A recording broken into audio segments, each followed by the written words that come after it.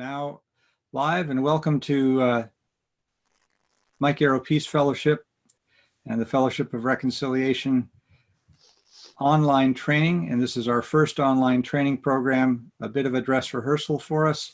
So we're just going to be reviewing some of the resources that the Western Washington FOR has available for Mike Yarrow Peace Fellows who are working on their projects. I'm Bruce Pruittham, one of the three directors for the program, and also showing on the screen is co-host Erica Mauza-Smith, who is the coordinator for the program and is also a participant in the 2019 cadre of Mike Yarrow Peace Fellows that we have. Erica, you want to go ahead and say a word or two and introduce people to the Zoom chat features and other things? Sure. Yeah. Hi. As Bruce said, my name's Erica. I've met Luna. Hi, Luna. But I haven't met you, Zio. So hello to you as well. Yeah, I see both of you said hello in the chat. So if you need to talk, you can use the chat, or I think there's a raise hand option. And if you just press that, then you'll be invited or allowed to speak in the webinar. So welcome. And so we're going to cover sort of 5 broad topic areas. We hope to be done within half an hour, 45 minutes. If we are going to be taking longer than that, we'll just stop and resume with a later webinar or a recording so that people can pick up and run with it at a later time. And this recording will be made available after the webinar so that people who couldn't make it during this particular training session time can go ahead and watch the webinar.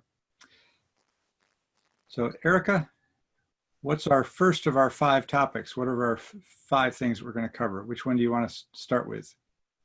I think it would be nice to start with the resources that you had, the books and the... So Erica had suggested that I talk briefly about what resources were influential for me as a young activist just getting involved. Am I remembering that question right, Erica? Yeah, resources, but also like stories and challenges you faced as well. So things specifically for you. Okay. Mm-hmm. Well, my activism started when I was in middle school or junior high school, and I grew up in Ann Arbor, Michigan. So it was the University of Michigan, sort of a company town, and quite a bit of activism. 1968, I was in 8th grade. So that was the year that Martin Luther King and Robert Kennedy were both assassinated. And my activism really took off when I got into high school, where I helped to found an organization called Youth Liberation, which was modeled after other, like Gray Panthers and the National Liberation Front and the Black Liberation Front. We started an organization for youth liberation to try to battle what we perceived as being ageism against the young, whereas the Gray Panthers were battling ageism against the old. We also organized an anti-war group, Students to Organize for Peace, in high school, and then there were lots of conflicts, a race riot every year at the high school. It was quite a time. So it was in that context and in that milieu that I began my activism. I would say that the first books that were influential for me was reading Dr. Spock on Vietnam and the autobiography of Malcolm X. And I've been impressed since then to realize that a good book can actually make a huge impact, as well as experiences and talking to people and friends. A good book is actually quite a persuasive tool in the arsenal of organizers. So I'll be reviewing with you some of the books that I have found to be most helpful, and those were the ones that started off for me when I was in my late teens and early 20s, the book that I found to be most helpful to me was Strategy for a Living Revolution by George Lakey, which helped to put the actions that I was working on day to day within the much larger context of a 5-stage framework for how movements actually grow and develop and move through stages. And that sense of having an overview and having a sense of context for the work that was being done was extremely helpful to me. The other book that was very influential for me was called Moving Toward a New Society. And it was a book that dealt with looking at an analysis of the society that as it was, and then trying to create a vision of the society that you wanted to have, and then talking specifically about strategy and tactics for how to get there. And that framework also was very helpful to me in terms of giving me a methodology with which to approach the social problems that I was seeing in the world around me. Erica, anything more that you want from me on that? Yeah, like, did you face any challenges, either like emotional or external, related to organizing that you feel like us as MYPF can relate to or understand or find useful?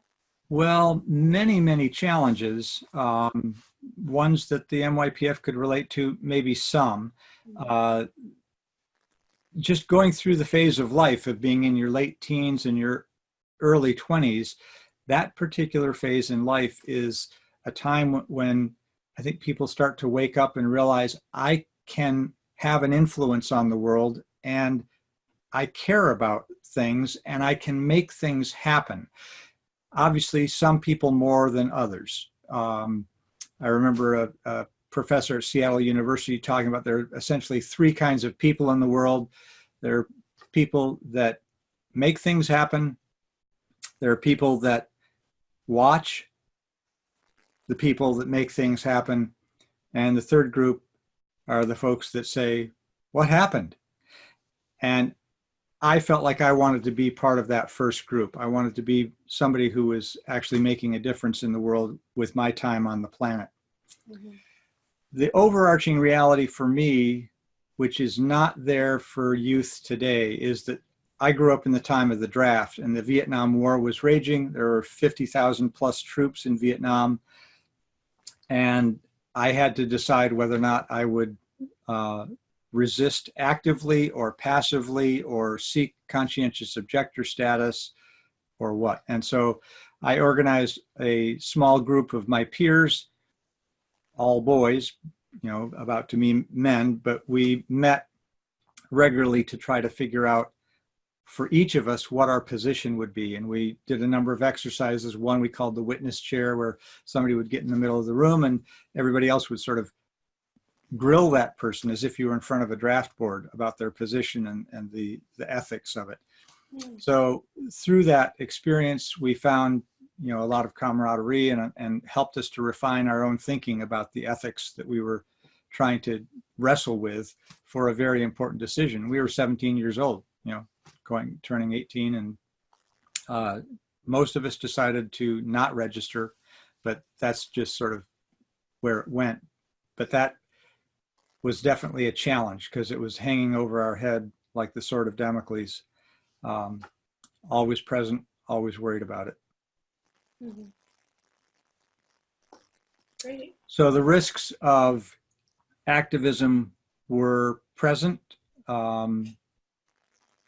I got lots of blowback from school principal and assistant principal and, you know, teachers and stuff for the work that I was doing in the school. We led a number of student strikes and demonstrations, but also got their, you know, help to turn them around, and they gave us in order to avoid a strike, they gave us the school day in an auditorium and said, go ahead, put on a program that talks about the issues that you want to talk about. So I was able to see the reality that organizing gives leverage, and then you can negotiate to get something maybe not exactly what you want, but something far better than what you would have had otherwise. Mhm.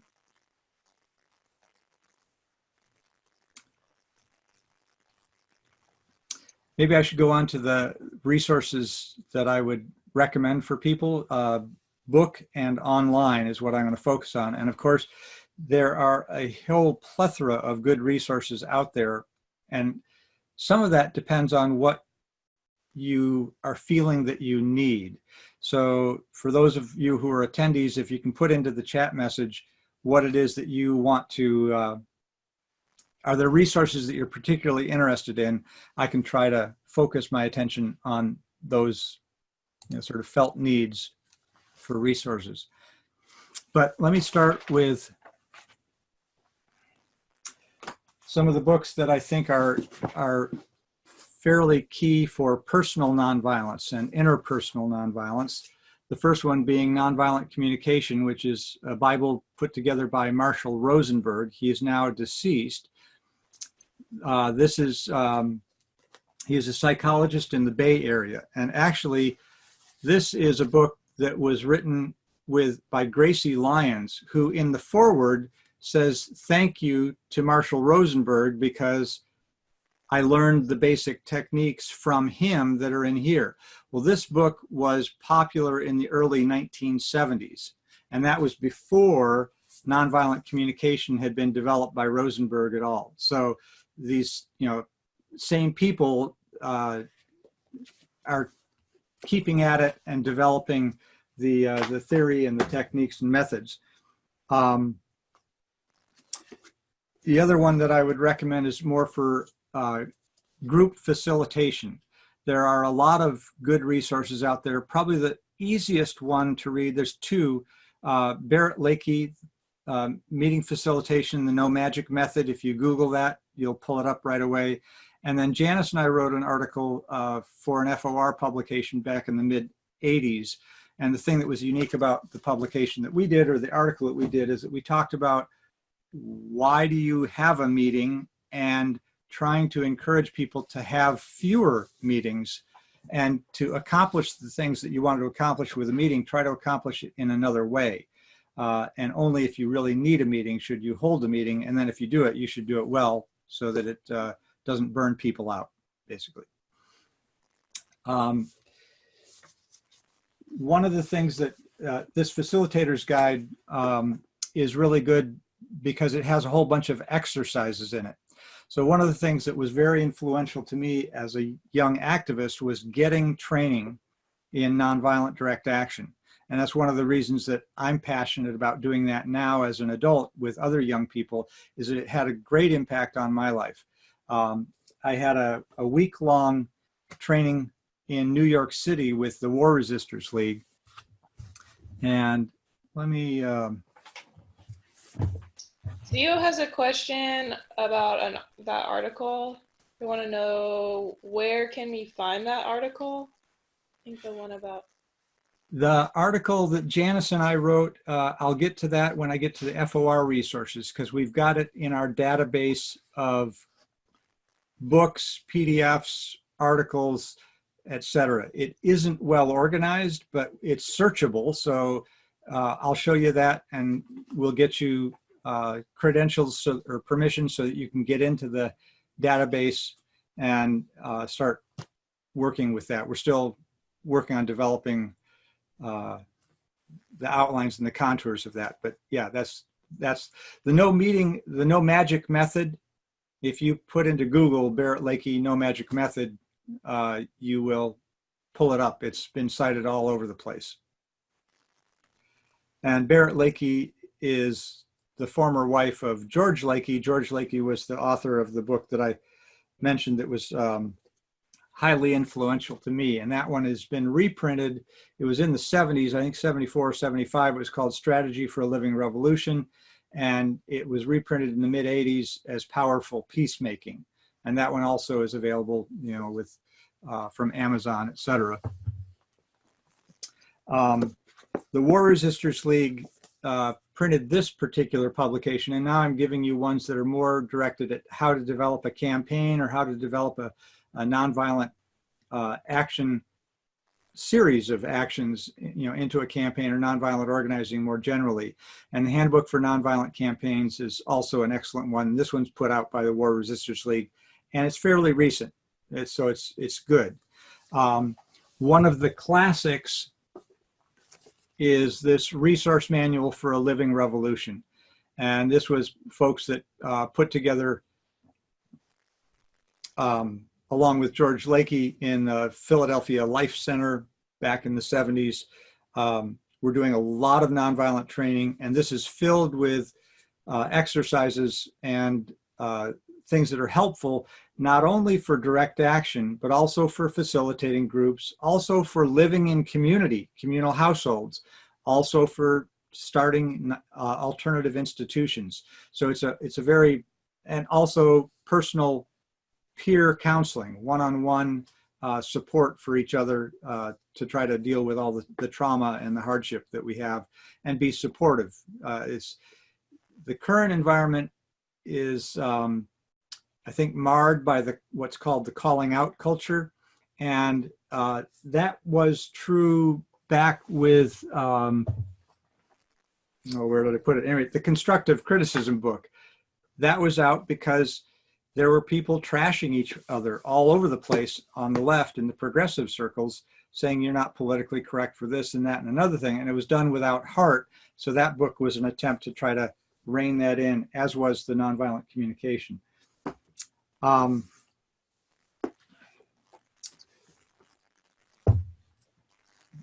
The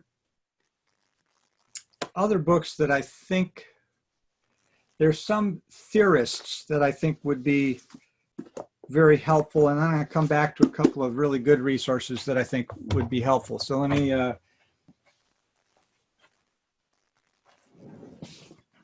obviously, Gandhi is a key person. This one is a fairly thin book. It's put together by Lewis Fisher, very old. There's a lot of books about Gandhi, but if you're going to read just one and you want it to be a good, entertaining read, this is a good one.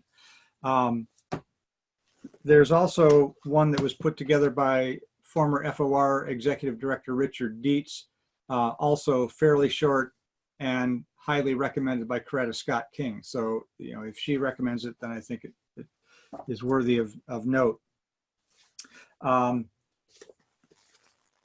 Gandhi, the other book that I would recommend, and this was also very influential for me, was Conquest of Violence. This was by Joan Bondurant, who is a PhD and was doing her thesis on Gandhian techniques. So she was kind of giving that theoretical view of what Gandhi was doing.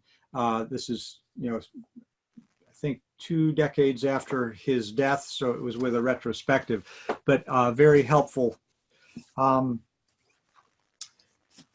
Our own Mary Lou Finley, one of the directors, has just recently wrote this book on King that is also very good, talking about King's campaign in Chicago in the North. And so it's a whole bunch of people that have contributed to this. Mary Lou having contributed one of the chapters that talks about that particular campaign in Chicago and how it fit into what's called the Movement Action Plan. And I'll get to that in a moment. The FOR does have a couple of good books. This one's fairly old. It's an organizer's handbook. We've got it, I think, in PDF online. And then this one is Creating the Beloved Community. This is basically a history. One of the things that's unique about FOR is that it's now over 100 years old. And most organizations that get that old, like trade unions, which came in the 20s and 30s, by the time we were into the 50s and 60s, they had atrophied into being fairly conservative vehicles and contrary to social change in many ways, at least for many of the unions that got sort of corrupted. And that's something that's a risk for all organizations. If they last for very long, they get to sort of develop turf. want to hold on to that, so they become more conservative. The FOR has been somewhat remarkable in continuing to sort of be on the leading edge and being willing to be kind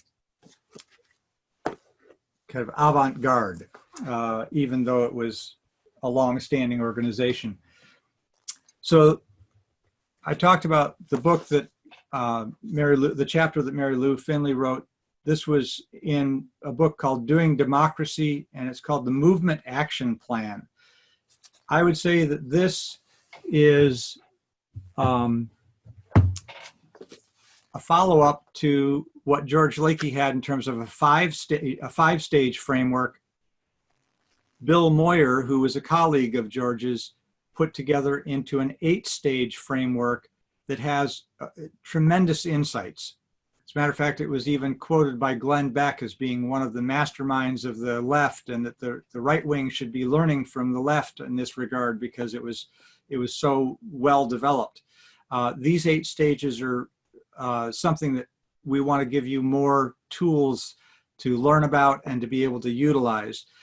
They're very similar. If you look at the 5 stages in Lakey, if you look at the 6 steps in the Martin Luther King steps in a nonviolent campaign, if you look at the 8 stages in Bill Moyer, you're going to see a lot of overlap between these. But I think each are very helpful to get that contextual understanding for what am I doing today and how does it fit in with what's supposed to happen a year from now or 5 years from now. This stuff is highly, very helpful, I guess I would say. Well, let me, before I've done King and I've done Gandhi, let me pull in.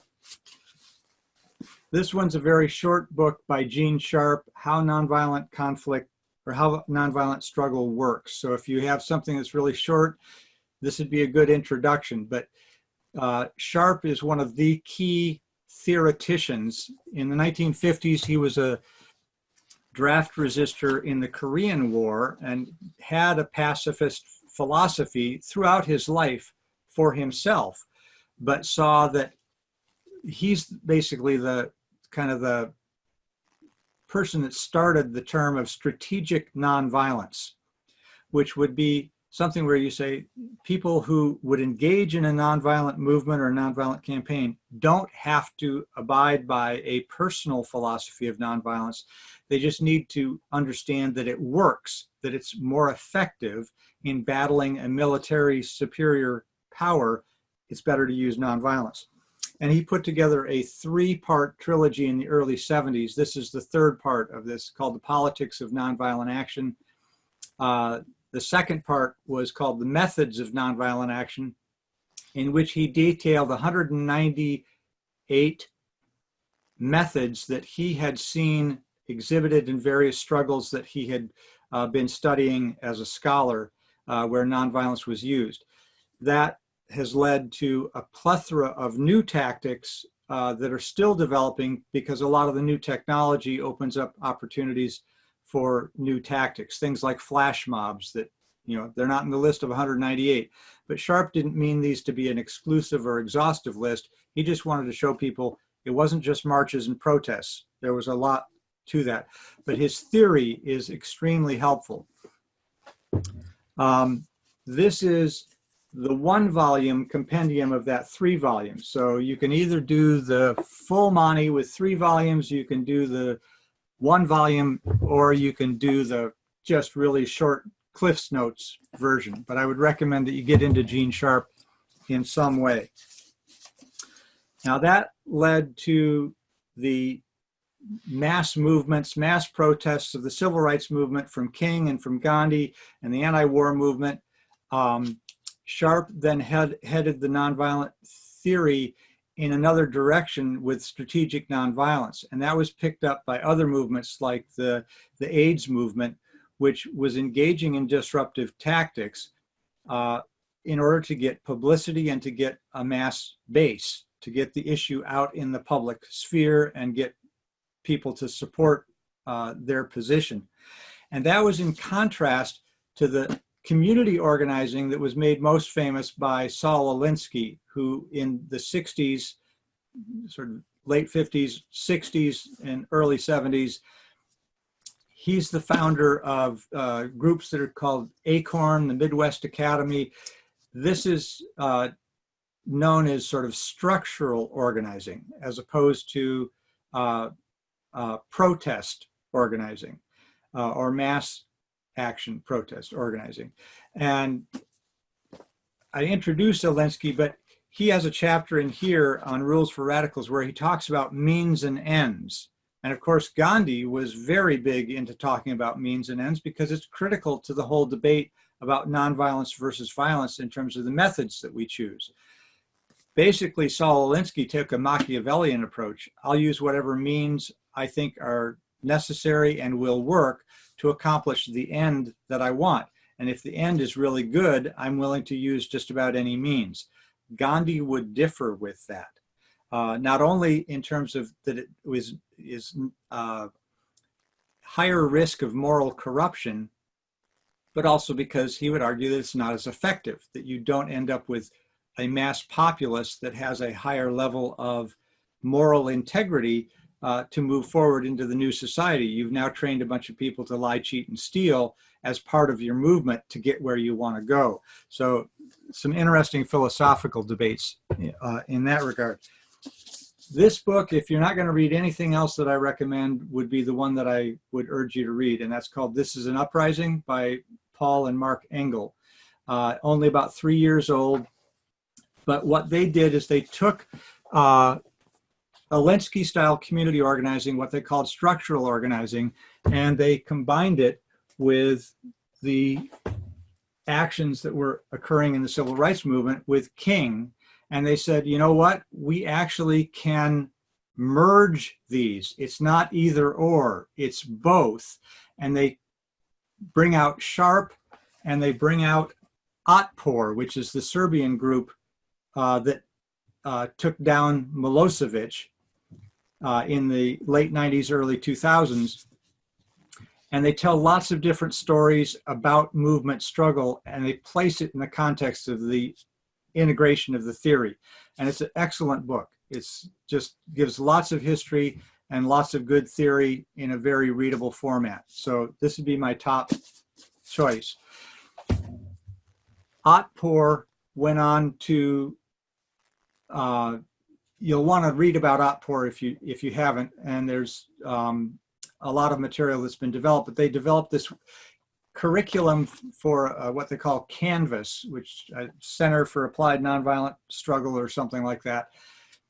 And it's an excellent, excellent manual because it even gets down into stuff like time management as a resource, which for a lot of activists, I mean, for everybody, time management is a really big deal. This is a highly recommended book with a lot of resources and good graphics and simple reading, etc. So we've got several copies of this. One of the people from the Otpor movement was Ivan Milosevic. Ivan went on to write this, now it's about a year old, called The Path of Most Resistance, as opposed to The Path of Least Resistance. And Ivan is the one that is being used as the human battering ram in the picture that we have here. He's now describes himself as a retired revolutionary who lives in Kenya with his family, but he still is in the struggle. He's doing good writing. That is the best manual that I have found yet for leading you through step by step. How do you build a campaign? And there's a number of things out there that I like, and I'll probably go into this more when we get into the strategic planning module. But this one's a good one, and I would highly recommend it. And it is available for free on the internet. So I'm holding up a printed copy, but it's basically available on the internet. I think that gets me through the books. Erica, I just did a torrent of stuff. Hopefully that will prove helpful for somebody, but What should we do next? Well, I say we have about 5 to 10 more minutes. So, I don't know. What do you think would be most? I will try to race through in the next 5 minutes with the resources that FOR has, which should be fairly short. I'll just sort of introduce them. And then the resources that I think are available on the web, of course, which I'm just going to be touching a very thin band of everything that's out there. Let me start with what's on the web. I'm going to go ahead and share my screen. And so the first thing, Erica, can you see that? I can see that. Okay, and hopefully if anybody can't see it, you'll put a chat message up to say that you can't see it. This is called the Climate Resistance Handbook, and this is just out like a month ago or less. It came out after the most recent climate strike, September 20th. Mm. It's written by a fellow named Daniel Hunter. Daniel Hunter is a colleague of George Lakey. George Lakey went on to found a group called Training for Change. And Training for Change is right here, which has a wonderful database of training tools. So if you want to learn about direct action, you go into that particular area and it starts giving you tools that you can use for how to train in direct action. Daniel is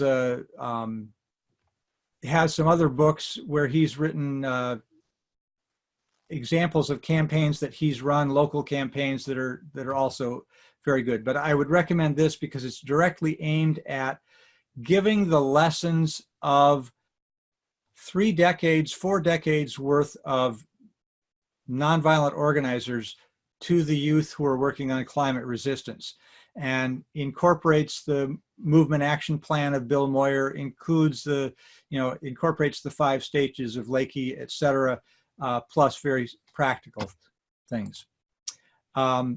There's another, it starts as a book, Beautiful Trouble, and this is their website where they also have a database. So this would be your sort of Gene Sharp 198 methods now on steroids, because they continue to add to the database of tactics backed by how it fits in with the theory, and is a wonderful place. And they've also been doing a lot of work on trying to do Southern Hemisphere reporting on nonviolent actions in the Southern Hemisphere and the tactics that have been employed in the developing world, not just in the developed world. Another group that's extremely resourceful is the International Center on Nonviolent Conflict, Peter Ackerman and Jack Duvall. The Nashville movie that we saw was something that they now make available to everybody free of charge.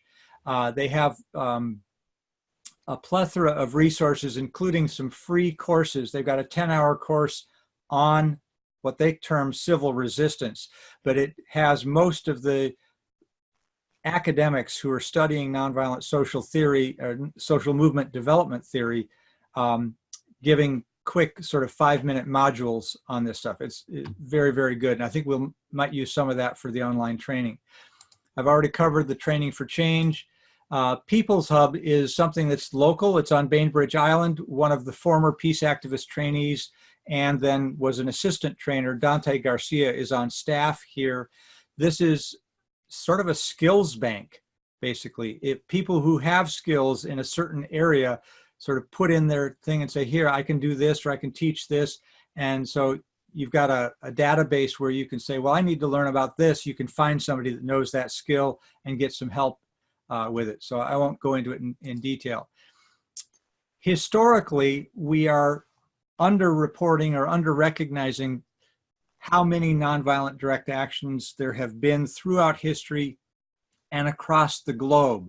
So the span of time and the span of space, there's been a lot. And this is the Swarthmore College's, this was started by George Lakey and managed by him for a while, but now it's Swarthmore College has taken it over. It's a global database of nonviolent direct actions. And you can go in and you can say, I want to find out women's movements in the Southern Hemisphere and between 1950 and 1970. I mean, you could put in filters into the database and then come up with stories about real life incidents. This is the database where you can put in the different filters and then it comes up with different things here. This Momentum or momentumcommunity.org is the training group that came out of Paul and Mark Engel's book, This is an Uprising. So this was done in 2016, I believe, and we handed it out every 2017. MYPF got a copy because we thought it was so good. Many of them didn't read it, so we realized, well, let's just wait and see if people want to read it, then we'll get them a copy, but otherwise not. Momentum is essentially, momentum is where the Sunrise movement came from. There are several articles that talk about the history of Sunrise, and what you find is that they got a training from Momentum, Paul Engel and others that are involved with that group. And they were already a small group of 12 who had been working on divestment campaigns on a university in the East. And then they said, okay, we're going to take some of this theory and this strategy. And they're the ones that then designed the campaign to get the Green New Deal out into the public, and is now, the Democratic presidential candidates in the climate debate, they were all talking about Green New Deal. So they were successful in getting that done. The other thing that I would point out quickly is Waging Nonviolence.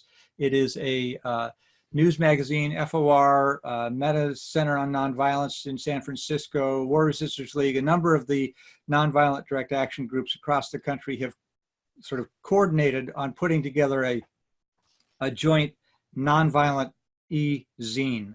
And Kazu Haga, who was our main trainer at the CBEC conference, he has a number of excellent articles in here. George Lakey is a contributor, regularly has articles in here. You can do a search for those people or for a particular topic, and you're getting every week into your inbox new stuff that's extremely helpful, extremely helpful. So those are the online resources that are generally out there.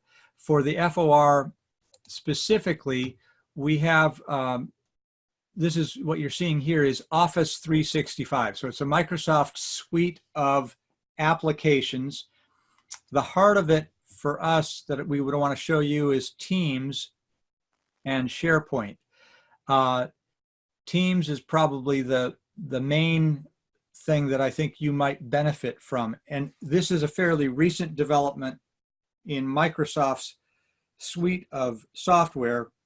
Many of you may have heard of Slack or Asana, and there are other similars, but Slack is probably the most famous, that basically try to get a small group of people to be able to work effectively with each other using internet tools or IT tools, and stay coordinated. So it's a sort of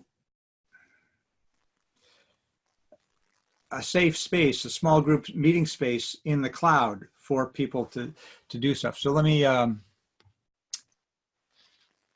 see if I can, the Teams app, and it's free so that you could invite other people who are involved with your project. You can sign them up without them having to pay anything, and they can participate. That isn't true. Google has G Suite, but they charge everybody that you sign up has to pay $5 a month. They're probably going to change that, but they haven't yet. So, and then TechSoup, which is a nonprofit consulting group, said, go with Microsoft, go with the Office 365 and SharePoint. So we made that decision about 5 years back, and that's why we're doing Microsoft stuff.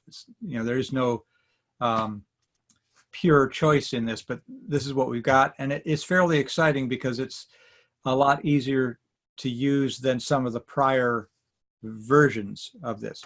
What you've got are one bar on the left, middle navigation bar, and then what's called the canvas.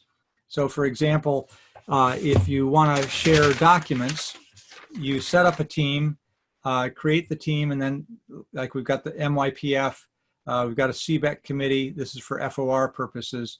And then you can have all your other various committees or programs hidden or shown. You can engage in chat or video calls directly from the app. So it tries to provide an overall user interface that allows you to do all the different things that you already do.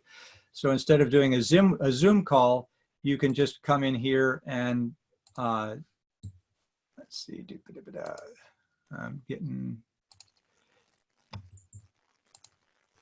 You can initiate a meeting now to go ahead and do a Zoom, kind of like Google Hangouts or Skype, but it's right within the app.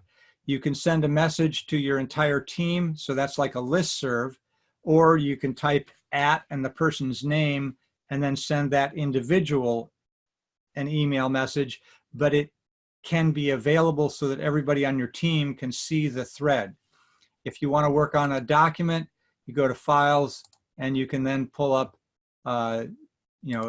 documents to start working on an agenda for the next meeting, and you can edit within the document and share stuff. You can contemporaneously edit like you could in Google with G Sheets or the G Suite products.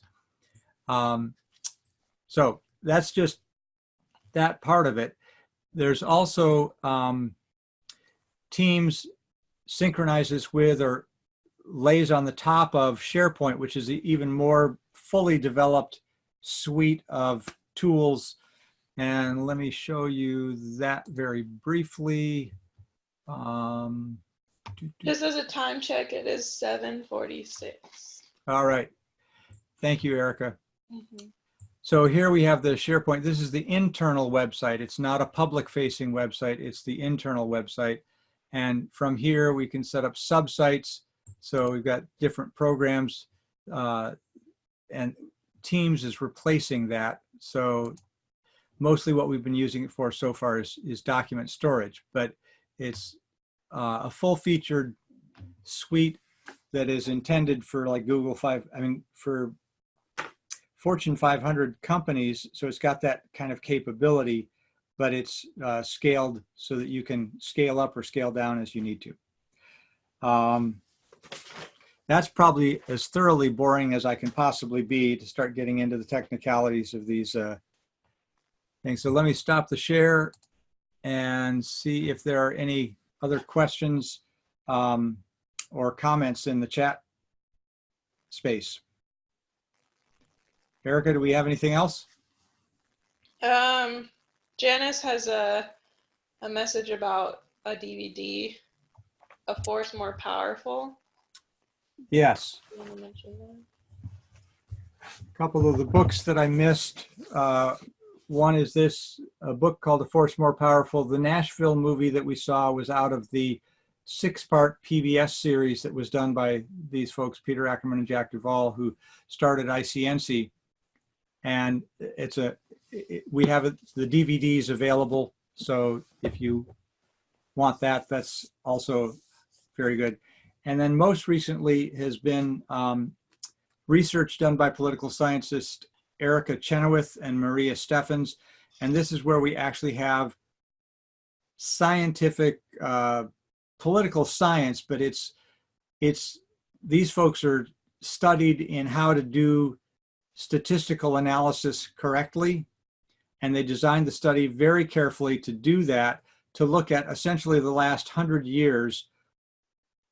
Have violent campaigns or nonviolent campaigns been more effective at toppling dictators or accomplishing major social change?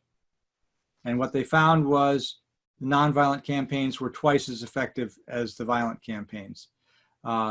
They've got some theories about why that is, and those are very interesting pieces for what we do with our organizing. So I'll stop with that. Cool. And Erica Chenoweth was at CBEC as a key speaker 2 years ago, I think, 3 years ago, 2016, along with Jamila Rakib, who is the assistant to Gene Sharp. Gene Sharp has since died, and so Jamila is the closest that we have to taking over in Gene Sharp's shoes. So the two of them were excellent, and their videos are available on the FOR website. That's the other thing that I didn't put up there, but FOR does have a YouTube channel, and we're going to be putting up additional things. We've got the website, and then for internal purposes, we've got the organizational website and the Teams app for helping people get organized. Or 2 DVDs that I think are excellent to show to other people, and actually just to watch. They're fabulous. A Force More Powerful, which they saw a little bit of during the training. No, they haven't seen that yet. And the other one is Bringing Down a Dictator. So we can send that to them. We have extras. Okay, anything else that we need to cover? No, just thanks everybody for being on the webinar. All right. Good night, all. We will now end the meeting for everybody. Okay.